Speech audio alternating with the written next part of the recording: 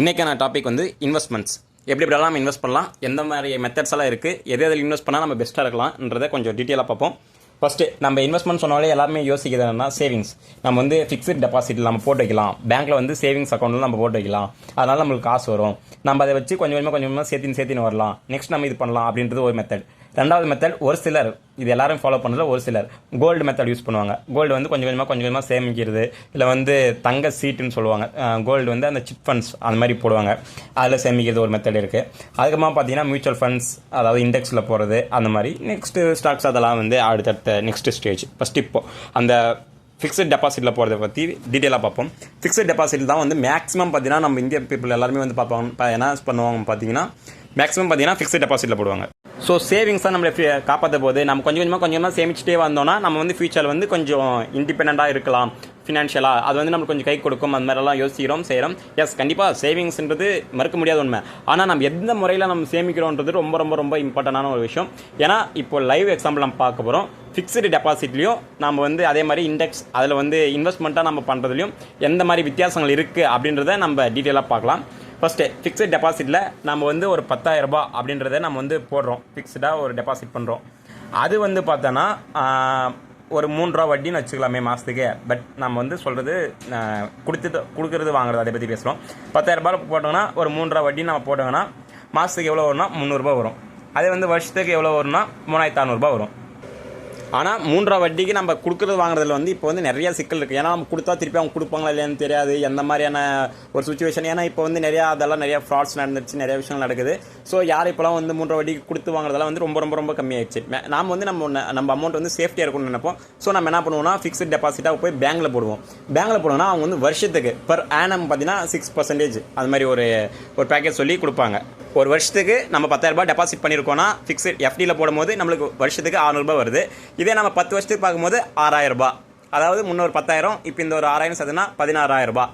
இதே நம்ம வந்து ஒரு 10 வருஷத்துக்கு பார்க்காம ஒரு 20 வருஷத்துக்கு பார்க்குறோம் அப்படின்னு பார்த்தோம்னா கிட்டத்தட்ட நான் ஒரு 22,000, மொத்தம் எல்லாமே சேர்த்து பார்த்தீங்கன்னா 22,000 சொல்லிட்டு கணக்கு வரும். இப்போ நம்ம இன்ஃப்ளேஷனுக்கு வரலாம். இன்ஃப்ளேஷன் என்னன்னு சொல்லிட்டு நம்ம டீட்டெயிலாக ஆல்ரெடி ரெண்டு வீடியோவில் நம்ம பேசியிருக்கோம். இன்ஃப்ளேஷனா என்ன, பர்ச்சேசிங் பவர்னா என்ன, அது நம்மளை எந்தெந்த முறையில் வந்து நம்மளை பாதிக்குது, அதனால் எவ்வளோ பெரிய தாக்கங்களாக இருக்கிறதுன்றதை நம்ம டீட்டெயிலாக 2 வீடியோ நம்ம பண்ணியிருக்கோம். கண்டிப்பாக பார்க்காதவங்க அதை நீங்கள் கண்டிப்பாக பாருங்கள். ஏன்னா அதில் வந்து நம்ம டேட்டா வைஸ் எந்தெந்த வருஷம் என்னென்ன மாதிரி இருந்துச்சு, நம்மளுடைய அரிசி பருப்புலேருந்து எல்லா அத்தியாவசிய தேவையும் எந்தெந்த மாதிரி எல்லாம் இருந்துச்சு, அதை எப்படிலாம் க்ரோ ஆயிடுச்சுன்றது டீட்டெயிலாக நம்ம பேசியிருக்கோம். ஸோ அந்த வீடியோ பார்க்காதவங்க கண்டிப்பாக அதை பார்த்துட்டு வந்துடுங்க. இன்ஃப்ளேஷன்னா என்ன, பர்ச்சேசிங் பவர்னா என்னன்னு சொல்லிட்டு பணவீக்கமும் நம்ம பொருட்கள் வாங்கக்கூடிய திறமையும் எந்த அளவுக்கு உயர்ந்திருக்கா குறைஞ்சிருக்கா அதை பற்றி என்னன்றதை நம்ம டீட்டெயிலாக அதை பார்த்தீங்கன்னா உங்களுக்கு புரியும். ஓகே, இப்போ இன்ஃப்ளேஷன் வர்சஸ் எஃப்டி பார்க்கலாம். அரிசியோடைய ப்ரைஸ் வந்து பார்த்தீங்கன்னா இப்போ 50 ருபீஸ் இருக்குது, 50, 60 அந்த ரேஞ்சில் இருக்குது. நம்ம 60 ருபீஸ் கன்சிடர் பண்ணுறோம். நெக்ஸ்ட் வந்து மீடியனாக அவங்க சொல்கிற பர்சன்டேஜ் வந்து பார்த்தீங்கன்னா 4லேருந்து 4.5 அந்த அளவுக்கு சொல்கிறாங்க கவர்மெண்ட் சொல்கிறது. ஸோ அதை வச்சு நம்ம பார்க்கும்போது 75 ருபீஸ் அளவுக்கு கிலோ போகலாம் 5 வருஷம் கழிச்சு. அதுவே நம்மளுடைய இன்ஃப்ளேஷன் வந்து இப்போ 2023 பார்த்தீங்கன்னா அத்தியாவசிய பொருட்களுக்கான அந்த பணவீக்கம்னு சொல்லக்கூடிய அந்த விஷயம் வந்து பார்த்தீங்கன்னா 12லேருந்து 13% அளவுக்கு இருக்குது அப்படின்றது தான் எல்லா ரிப்போர்ட்ஸ் சொல்லுது. 2023 மார்ச்லேருந்து பார்த்தீங்கன்னா அத்தியாவசிய பொருட்களுக்கு நம்மளோட இன்ஃப்ளேஷன் ரேட் வந்து அவ்வளோ இருக்குன்ற மாதிரி. ஸோ அதை வச்சு நம்ம பார்க்கும்போது 105 ரூபா அளவுக்கு போகலாம் அப்படின்றது தான் அரிசிக்கான ப்ரைஸ்.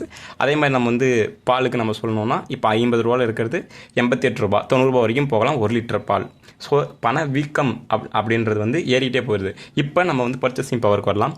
இப்போ நம்ம வந்து ஒரு 1000 ரூபாய் இருக்குன்னா அதில் வந்து கிட்டத்தட்ட ஒரு 18 கிலோ அரிசி நம்ம வாங்க முடியும் 1000 ரூபாய்க்கு. ஒரு சிப்பம் அந்த 26 கிலோ சிப்பம் வந்து பார்த்திங்கன்னா 1800 ரூபாய் 1900 ரூபாய்க்கு நம்மளுக்கு கிடைக்கிது அந்த ரேஞ்சில் இப்போது. ஆனால் அதுவே வந்து இன்ஃப்ளேஷன் அதெல்லாம் நம்ம அட்ஜஸ்ட் பண்ணி பார்க்கும்போது 2030 நம்ம பார்த்தோன்னா அது வந்து எங்கேயோ போயிடும். பிகாஸ் இதுதான் வந்து அந்த பணவீக்கம்னு சொல்லக்கூடிய விஷயமும் பர்ச்சேசிங் நம்ம பொருட்கள் வாங்கக்கூடிய திறமைன்றதும் ரோல் ப்ளே பண்ணுதுன்றதுக்கான எக்ஸாம்பிள். நம்மளுடைய எஃப்டியோடைய பெர்சன்டேஜ் வந்து பார்த்திங்கன்னா 6% தான். ஆனால் இன்ஃப்ளேஷன் எவ்வளோ இருக்குது, இப்போ கடைசி 2 வருஷத்துக்கு பார்த்தீங்கன்னா 12% இருக்குது. ஒருவேளை இதுலேருந்து குறைஞ்சி இப்போ இந்த 4லேருந்தும் அந்த 12க்கும் நம்ம ஆவரேஜெல்லாம் போட்டு பார்க்கும்போது ஒருவேளை 8% சொன்னால் கூட நமக்கு எஃப்டி வருது 6%. ஆனால் இன்ஃப்ளேஷன் வந்து ரேட் வந்து பார்த்திங்கன்னா 8% அதோடு அதிகமாக இருக்குது. ஸோ நம்ம சேவிங்ஸ் மட்டும் எஃப்டியில் போட்டு வச்சுருந்தோம்னா அதனுடைய இப்போ இருக்கிற நம்ம பொருட்கள் வாங்கக்கூடிய அளவுக்கு அப்போ அதோடைய சேவிங்ஸ்க்கு வந்து இன்ட்ரெஸ்ட்லாம் வந்து நம்ம பார்த்து வச்சா கூட நம்மளால் அதை வாங்க முடியாது அப்படிங்கிறது தான் நிதர்சனமான உண்மை. இன்ஃப்ளேஷன் ரேட் வந்து இப்போ கவர்மெண்ட் வந்து ஆர்பிஐ வந்து 4 to 4.5 தானே சொல்லியிருக்காங்க. அப்படி எப்படி 12% சொன்னாங்கன்னா NABARDன்ற ஒரு அமைப்பு வந்து ரிசர்ச் பண்ணி நம்மளுக்கு வந்து டீட்டெயில்ஸ் கொடுத்துருக்காங்க. டேட்டா அவங்களுடைய டேட்டாலேருந்து நம்ம பேசுகிறோம். அத்தியாவசிய பொருட்களுக்கான விலை வந்து பார்த்தீங்கன்னா 2023 மார்ச்லேருந்து பார்த்தீங்கன்னா பன்மடங்கு உயர்ந்திருக்கு அப்படிங்கிறது தான் அதோடைய உண்மையான ஒரு ரிப்போர்ட்டு. அதெல்லாம் பார்க்கும்போது தான் சொல்கிறாங்க பாலுக்கு வந்து பார்த்தீங்கன்னா 9.3லேருந்து 10% அளவுக்கு இன்ஃப்ளேஷன் ரேட் இருக்குது. அதே மாதிரி வந்து அரிசிக்கு பார்த்தீங்கன்னா 12.5லேருந்து 13% அளவுக்கு இருக்குது அப்படின்றது அவங்களுடைய ரிப்போர்ட்டோடைய டேட்டா. ஸோ அதை வச்சு தான் நம்ம அது சொல்லி சேவிங்ஸை பற்றி நம்ம பார்த்துட்டோம். நெக்ஸ்ட் இன்வெஸ்ட்மெண்ட்னால எப்படியெல்லாம் நம்மளுக்கு பெனிஃபிட் இருக்குது அப்படின்றத பார்க்கலாம். இன்வெஸ்ட்மெண்ட் தான் பெஸ்ட்டு ஸ்ட்ராட்டஜி இந்த இன்ஃப்ளேஷனையும் நம்ம பீட் பண்ணுறதுக்கு, அதுவும் இல்லாமல் நம்மளுடைய வெல்த்தை வந்து நம்ம பன்மடங்கு உயர்த்துறதுக்கு, நம்ம வந்து ஃபினான்ஷியலாக வந்து இன்டிபெண்ட் ஆகிறதுக்கு, நம்மளுடைய கோலை வந்து நம்ம அச்சீவ் பண்ணுறதுக்குன்னு சொல்லிட்டு எதை நம்ம ஃபோக்கஸ்டாக இருந்தாலும் நம்மளுடைய அல்டிமேட் எய்ம் வந்து பார்த்திங்கன்னா நம்ம வந்து ஃபினான்ஷியலாக இண்டிபெண்ட் ஆகணும். நம்ம நினைக்கிறதெல்லாம் வந்து ஓரளவுக்கு நம்ம கிட்ட காசு பணம்னாலும் சேரணுன்றது தான். ஸோ அதுக்கான பெஸ்ட்டு ஸ்ட்ராட்டஜி மெத்தட் நம்ம பார்த்தோம்னா இன்வெஸ்ட்மெண்ட் அப்படின்றது தான் வந்து பெரும்பான்மையான கைகள் வந்து காட்டுது. முன்னே நம்ம பார்த்தது 5 வருஷத்துக்கான இன்ஃப்ளேஷன் ரேட்டு தான் நம்ம பார்த்துருந்தோம். அதுவே நம்ம வந்து நம்மளுக்கு வந்து எவ்வளவோ ஒரு பயத்தை கொடுக்குது. இதே நம்ம வந்து இன்னும் 10 வருஷத்துக்கோ 20 வருஷத்துக்கோ நம்ம கேல்குலேட் பண்ணும்போது அது எங்கேயோ போகும்ன்றது தான் உண்மை. இப்போது நம்மளுடைய குழந்தைங்களுக்கு இப்போ வந்து ஒரு கேஜி ஸ்டூடெண்ட்லாம் இப்போ பார்த்தோன்னா நம்ம வந்து ஒரு 18,000 20,000 வாங்குறாங்க ஆவரேஜாக. நான் சொல்கிறது எங்கள் ஓரளவுக்கு கிராமப்புறமான பகுதிகளிலே 20,000 ரூபாய் அளவுக்கு வாங்குறாங்க. இன்னும் கொஞ்சம் பெரிய பெரிய ஸ்கூலுக்கெல்லாம் நம்ம போனோம்னா அது இன்னும் அதிகமாக ஆகிட்டு தான் போகும் அந்த வந்து நம்மளுடைய ஃபீஸ்.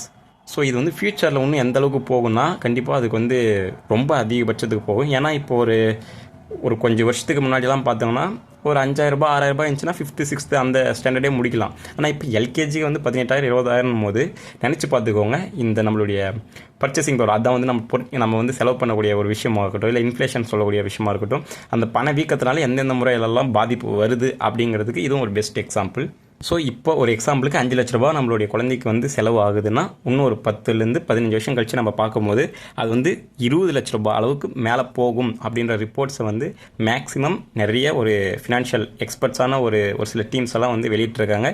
நிறையா மேக்சைன்ஸும் அதான் சொல்லுது. இது இல்லாமல் நம்ம வீடு கட்டணும்னு சொன்னால் கூட மெட்டீரியல் காஸ்ட்லாம் ரொம்பவே உயர்ந்துட்டு இருக்குது. அது இந்த கொரோனாக்கு அப்புறம் எவ்வளோ உயர்ந்துச்சுன்னு எல்லாருக்குமே தெரியும். ஸோ எந்த விஷயமா இருந்தாலும் அதில் வந்து அந்த பண வீக்கம் சொல்லக்கூடிய விஷயம் பெரும்பான்மையான ஒரு ரோல் ப்ளே பண்ணுது. ஸோ நம்ம இது எல்லாத்தையும் நம்ம ஓவர் கம் பண்ணணும்னா அந்த இன்ஃப்ளேஷன் ரேட்னு சொல்லக்கூடிய ஒரு 6லேருந்து 8% இருக்குல்ல, அதை பீட் பண்ணுற அளவுக்கு நம்மளுக்கு இன்வெஸ்ட்மெண்ட் தேவை. ஒரு 10லேருந்து 12%, 15% நம்மளுக்கு வந்து CAGR கொடுக்கக்கூடிய ஒரு விஷயம் நம்மளுக்கு தேவைன்றது தான் இது எல்லாமே வந்து உணர்த்துது. ஸோ அதற்கான முக்கியமான ஒரு விஷயம் என்னதுன்னு பார்த்தோம்னா இன்வெஸ்ட்மெண்ட் தான். ஏன்னா இது மூலமாக தான் நம்ம இது எல்லாத்தையும் ஓவர் கம் பண்ண முடியும் அப்படிங்கிறது தான் இப்போதைக்கு இருக்கக்கூடிய நிதர்சனமான ஒரு உண்மை. நெக்ஸ்ட் வந்து பவர் ஆஃப் காம்பவுண்டிங்னா என்னன்றது பார்ப்போம். ஐன்ஸ்டீன் வந்து உலகத்தில் 8வது அதிசயமாக வந்து சொல்கிறாங்க இந்த காம்பவுண்ட் இன்ட்ரெஸ்ட்னு சொல்லக்கூடியது. எதுனா வட்டிக்கு வட்டி, ரிட்டர்ன்ஸுக்கு ரிட்டர்ன் கிடைக்கிறது தான் இந்த வந்து பவர் ஆஃப் காம்பவுண்ட் இன்ட்ரெஸ்ட்னு சொல்லக்கூடிய விஷயம். நெக்ஸ்ட்டு FD வர்சஸ் SIP, அதாவது இந்த ஈக்விட்டியில் நம்ம போடுறோம்ல அது ரெண்டையும் நம்ம பார்க்கலாம். இப்போ வந்து ஃபிக்ஸ்டு டெபாசிட் நம்ம போட்டோம்னா ஒரு 6லேருந்து 7% நம்ம முன்னே பார்த்துருந்தோம், அதாவது நம்மளுடைய இன்ட்ரெஸ்டோடைய பர்சன்டேஜ். அதே வந்து ஈக்விட்டியில் நம்ம போட்டோம்னா ஆவரேஜாக வந்து பார்த்திங்கன்னா 12% அளவுக்கு அது க்ரோத் ஆகுதுன்றது தான் ரிப்போர்ட்ஸ் எல்லாமே சொல்லுது. ஸோ இப்படி இருக்கும்போது நம்ம வந்து 1 லட்ச ரூபா நம்ம வந்து போட்டிருக்கோம், அது 5 வருஷத்துக்கு விடுறோம் அப்படின்னா FDயில் பார்க்கும்போது 1,38,000 வரும் மொத்தமாக சேர்த்து 5 வருஷம் கழிச்சு வரும்போது. அதே நீங்கள் வந்து ஈக்விட்டியில் போட்டிங்கன்னா 1,76,000 வரும். இதுக்கும் அதுக்கு வித்தியாசம் மட்டுமே 36,000 ரூபாய் அளவுக்கு வித்தியாசம் இருக்குது. அதாவது இது 1,38 அது 1,76 அப்படின்ற அளவுக்கு இருக்குது. அதுவே இல்லாமல் நம்ம வந்து ஒரு 15 வருஷத்துக்கு நம்ம விட்டுட்டோம் அப்படின்னு பார்த்தோன்னா FDயில் நீங்கள் போட்டது வந்து பார்த்தீங்கன்னா 2,57,184 ரூபா அளவுக்கு வந்திருக்கும். அதாவது நீங்கள் வந்து 6.5% வந்து நம்ம இன்ட்ரெஸ்ட் ரேட் போட்டு 15 வருஷத்துக்கு நம்ம 1 லட்ச ரூபா போட்டுவிட்டு இருந்தேன் நம்ம எடுத்து பார்க்கும்போது 2,57,000 வந்திருக்கும். அதுவே நீங்கள் ஈக்விட்டியில் போட்டிருந்தீங்கன்னா 5,47,000, கிட்டத்தட்ட டபுளாக இருக்கா. 2,57,000 எங்கே இருக்குது, 5,47,000 எங்கே இருக்குது. ஸோ இதுதான் வந்து பவர் ஆஃப் காம்பவுண்டிங். ஏன்னா நம்மளுக்கு வரக்கூடிய ரிட்டர்ன்ஸுக்கு ரிட்டர்ன், வட்டிக்கு வட்டி நம்ம சொல்லுவோம்ல, அது மாதிரி வட்டிக்கு வட்டி வரதுனால நம்மளுக்கு வந்து காம்பவுண்டிங் இன்ட்ரெஸ்ட்டில் ரொம்ப அதிகமாக வரும். ஸோ இதுதான் வந்து இன்ஃப்ளேஷனை பீட் பண்ணக்கூடிய ஒரு விஷயமும் இதுதான். இன்ஃப்ளேஷனை பீட் பண்ணுறது இல்லாமல் நம்மளையும் நம்மளுடைய கோலை நோக்கி, அல்டிமேட் கோல் என்னவோ அதை நோக்கி கொண்டு போகக்கூடிய ஒரு சக்தியும் வந்து பார்த்திங்கன்னா இன்வெஸ்ட்மெண்ட் சொல்லக்கூடிய இந்த விஷயத்துக்கு இருக்குது அப்படிங்கிறது தான் நிதர்சனமான உண்மை.